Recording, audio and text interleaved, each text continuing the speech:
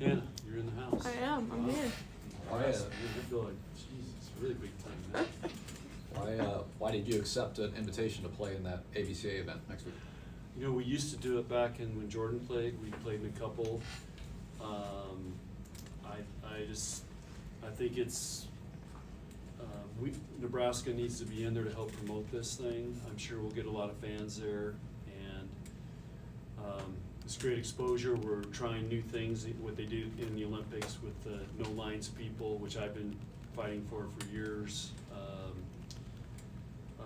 You know, the replay system, the timeouts are gonna be faster, all those things. So we're trying to go where the game needs to go, which is everything's going faster, the challenge system's better, and the timeouts are shorter and less, and I don't know if they'll do less, but they'll be shorter, and what else are we doing?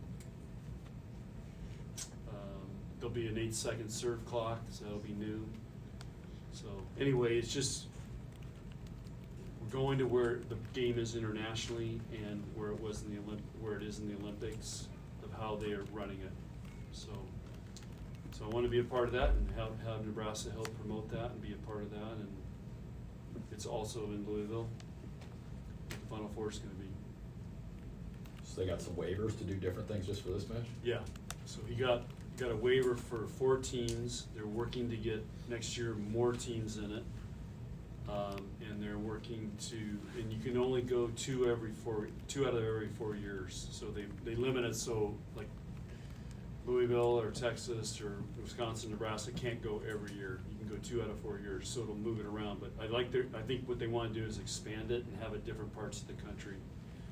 It's also, the best thing is it's a great opportunity for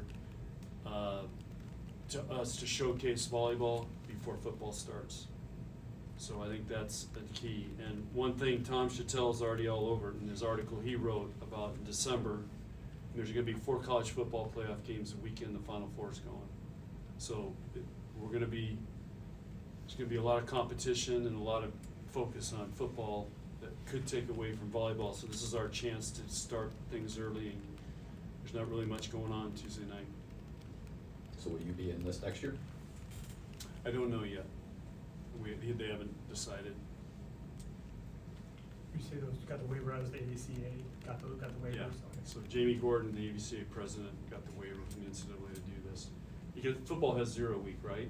And we used to have this and it was taken away, and I can't remember if it was a cost thing why they took it away, or I don't remember why. It used to be a whole week earlier, now it's Tuesday before the first Friday, so it used to be the whole weekend earlier.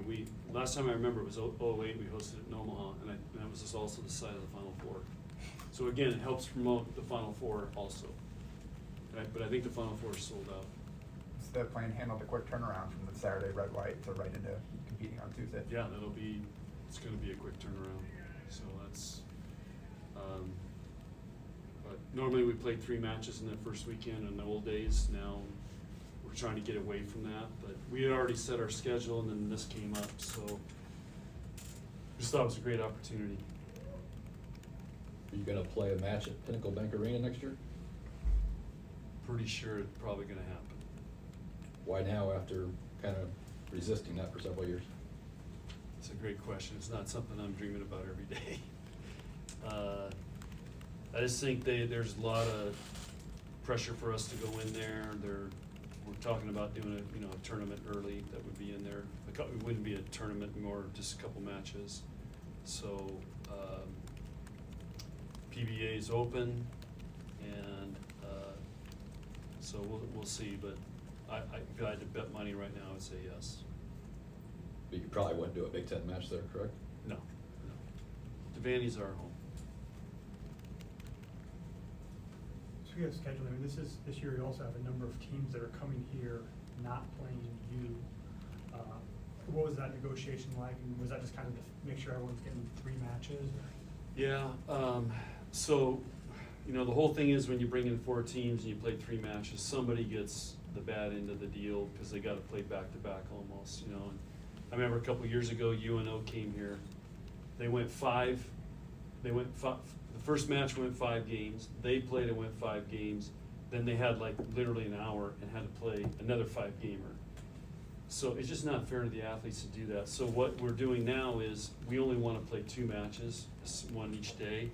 But you also, if you have 3 teams, how do you do that? So you gotta get a 4th team. So we pay for those teams to come in, and they're looking at who else they can play for their RPI and so on. So it's a win-win for them.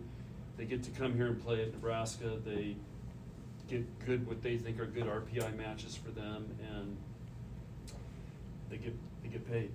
So that's kind of how we have to do it now. It helps teams, they have a good relationship with Denver and Long Beach. Yeah, and it's- yeah, it's, those I are mean, teams. Long Beach was here last year, they wanted to come back, so it, and I think they've got a recruit from, Norris, Yeah. so for them, it's good, and, obviously Megan's been here before and wanted to come back, so, but they're also gonna get to play 2 really good matches, and some teams wanna play us, some teams don't wanna play us, so, I don't know, that's kinda how we have to do things now.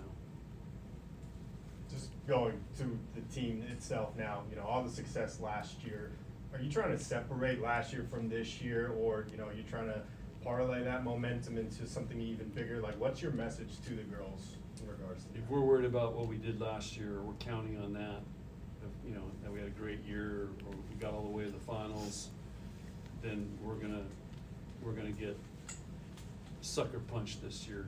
You know, we cannot, we don't even look at last year or talk about it. It's about reinventing this team and reinventing this season. It's gonna be a new journey with new challenges, and that's what our focus is.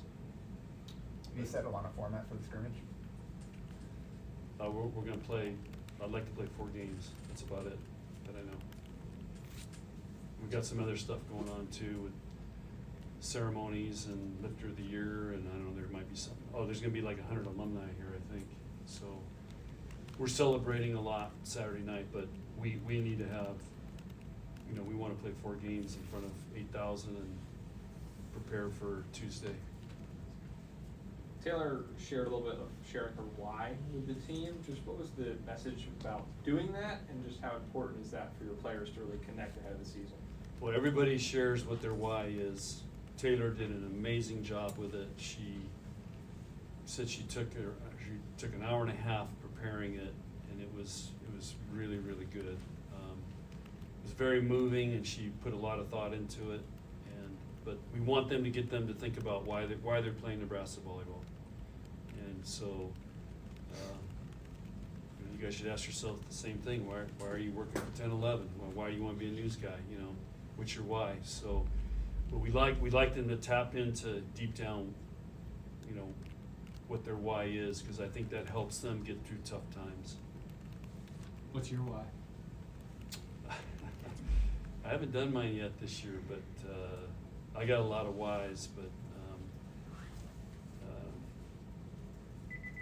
I have to think about that one before I shared that publicly. You could have several good outside hitters this year, 2, 3, 4 good outside hitters. What are you doing so that they all feel like they had a fair chance to be the starter? They're all rotating. So they're all rotating. We have not set a lineup yet. I don't know if we will. We're probably gonna look at a couple different lineups Saturday night. That's what we've been doing. How have you seen Taylor specifically grow just within the last couple of weeks? Well, first of all, I think she's just trying to get comfortable, and, you know, even as talented as she is, it's still, this is a whole different environment than what she's been used to, and it's a change. And we're working with her on trying to get her better, so there's always a learning progression there. So some days she's really been good, and some days she's like a freshman. You know, she's fun to coach. The girls love her, and she's trying to help this team be great. And similarly with Layla as well, just in her confidence and the way she's grown the last couple of weeks. Yeah, Layla's she's a really cool, and she's not afraid to speak up. And that's where you see that confidence from. She is not afraid to talk in front of the team or speak up if, you know, things need to be said. And she's works really, really hard. And I've seen her make some really big jumps here in the last week and a half. Again, they're trying to get comfortable with what we're doing, you know, and how we train. It's different where they were before. How might the depth you have at DS impact the way you use rotations and subs this season? That's what I'm trying to figure out. It's an interesting problem, because we have some elite back row people. We got elite, attackers, so, but you also gotta get a rhythm into your team, and so it's gonna be a good developmental story, see how it goes. But we haven't decided, but we spent a lot of energy on it, talking about it right now. How does the two libero situation play into that? For us, it doesn't. So, I don't know, I think the reason that rule is popular is for the Division III schools, Division II schools that have 25 kids on their team, because they gotta, have big rosters for, attendance and recruiting, and so that way, I want you to be libero, I want him to be libero, we'll trade you guys off. So that's why I think the rule passed. I'm gonna be shocked if I see any Big Ten teams doing it. I think it's hard enough to find one great libero, much less two. And I want our libero in there, the whole time as much as possible. But we'll see. It'd be interesting to see. For the history project, who's the one who's pairing them up and giving them assignments of who they need to talk to for the alumni? Lindsay did it all, because she contacted. Peterson, not Crosby. Yeah. Peterson. Yeah. Lindsay Peterson, she contacted the alumni. She's on a group chain with all them. So she said, hey, liberos, you guys are talking to these guys. Setters, you're talking to these guys. So she's coordinated all that and set it up. Who have been your best outside hitters in serve and pass? Depends on the day. Depends on the day. So they're all pretty even, but some days some people stand out. Some days some people don't do very well. So, but yeah, there's our best passers are four little people. Those guys have been passing really high numbers. What about your best servers? That's been all over the place, but Lexi's been our best server over the last 2.5 weeks. Lexi and Liv are statistically our two best. Many of us have already watched the ESPN E60 that airs Sunday and talked with the awesome directors. But what do you hope that Husker fans get out of this, watching this on Sunday? Well, I hope they're hydrated, because they're probably gonna cry. I was crying in the first 45 seconds. I think it's a big tribute to a women's sport, and the fact that it's at Nebraska, I think is really, really impactful for the state that ESPN 60 would do this documentary, and it's very powerful. I think it's gonna give them a great inside look into Division I college athletics, the challenge these guys have, and we talk about them being stars here, or rock stars. I mean, I've heard that term used, and like I said in that documentary, there's a price for all that, and these guys, some of them have to pay it, and some of them pay it more than others, and I think they do a great job of pointing that out, the pressures and the expectations, and we're gonna travel with police now. We've been mandated, we gotta travel with police. I'm like, are you kidding me? But you saw what happened with Caitlin Clark and what's going on, and you saw in that documentary some of the stuff, negative stuff that happens now in this day and age, and so the rules of the game have changed, and the pressures of expectations of a volleyball team have changed. I think football's dealt with it in the past, but I think it's gonna give them a great insight to how we operate and the challenges we have and the highs and the lows, and it's not all perfect every day, and everybody's not always happy every day. But so I think it's a fascinating documentary, and I think it's very educational. I think the Nebraska fans are gonna love it. Mandated by who? The Jeff Police? Big Ten or Nebraska? Our administration, Troy. Do you have a favorite moment from the document, or just the whole thing as a whole? Yeah, when I dropped the F-bomb. What do They beeped it. I think it was an F-bomb. They beeped it, but that's what I think it was. One of these things you said that was during the spring, the joy was out of Harper. Have she had a different approach this fall? Have you seen a different side of her in the fall practices? Yeah, she's done much better, but there's still ups and downs with her, you know, and she's navigating through that. The biggest thing I've seen in Harper is she's really matured. She's much more, our conversations and how she handled things, she's much more mature now. Where last year, she was a squirrely freshman, you know, and I just think she's been humbled and she's mature, she's done a lot of work, she's trying, it's not perfect every day, and she, like all of them, they're struggling. I mean, I've seen Lexi and Merritt, I mean, I've seen them both break down in the last 2 weeks. I mean, this ain't easy what we're doing, and we're, you know, we push them, and so they are all going through that, and Harper is too. Harper just may have a little more that she has to deal with, and getting through her first press conference, you know, that was a big deal for her to get through that. Was it perfect? No, but you know, she didn't answer Brent's question because she was going to lose it. She didn't want to lose it in front of you guys. So her and Merritt had they had a plan. She didn't feel comfortable. Merritt was going to help her, and that's why Merritt's a great captain.